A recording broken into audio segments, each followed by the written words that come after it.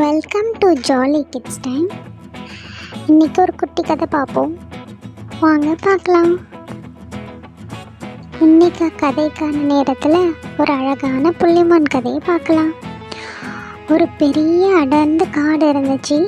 அதில் ஒரு குட்டி புள்ளிமான் ஒன்று வாழ்ந்துட்டு வந்துச்சு. அதுக்கு ரொம்ப தாகமாக இருந்ததுனால பக்கத்தில் இருக்க குளத்தில் போய் தண்ணீர் குடிக்க போச்சு. அப்போது அந்த மானோட பின்பம் அந்த தண்ணீரில் தெரிஞ்சிச்சு.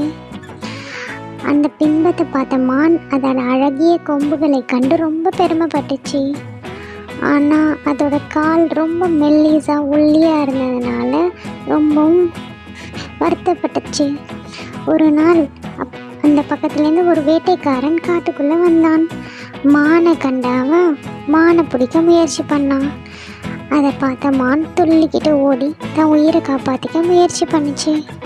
அப்படி முயற்சி பண்ணும்போது மானோட கொம்பு புதருக்குள்ளே சிக்கிக்கிச்சு.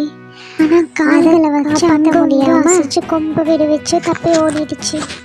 ஆனால் அந்த மான் அந்த கொம்புலேருந்து விடுவிக்க அதோட கால் தான் உதவுச்சுன்னு அப்புறம் தான் புரிஞ்சிச்சு. அதோட கால்களோட அருமை அதுக்கு அப்போ தான் புரிஞ்சிச்சு. அந்த மானும் காட்டுக்குள்ளே தப்பிச்சிருச்சு.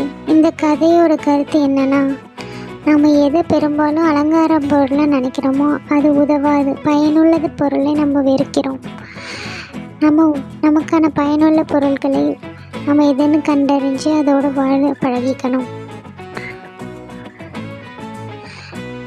கருத்தும் கதையின் காணொலியும் பிடிச்சிருந்தால் லைக் பண்ணுங்கள், சப்ஸ்கிரைப் பண்ணுங்கள். உங்களுக்கு நிறைய வீடியோஸ் வரும். தேங்க்ஸ்.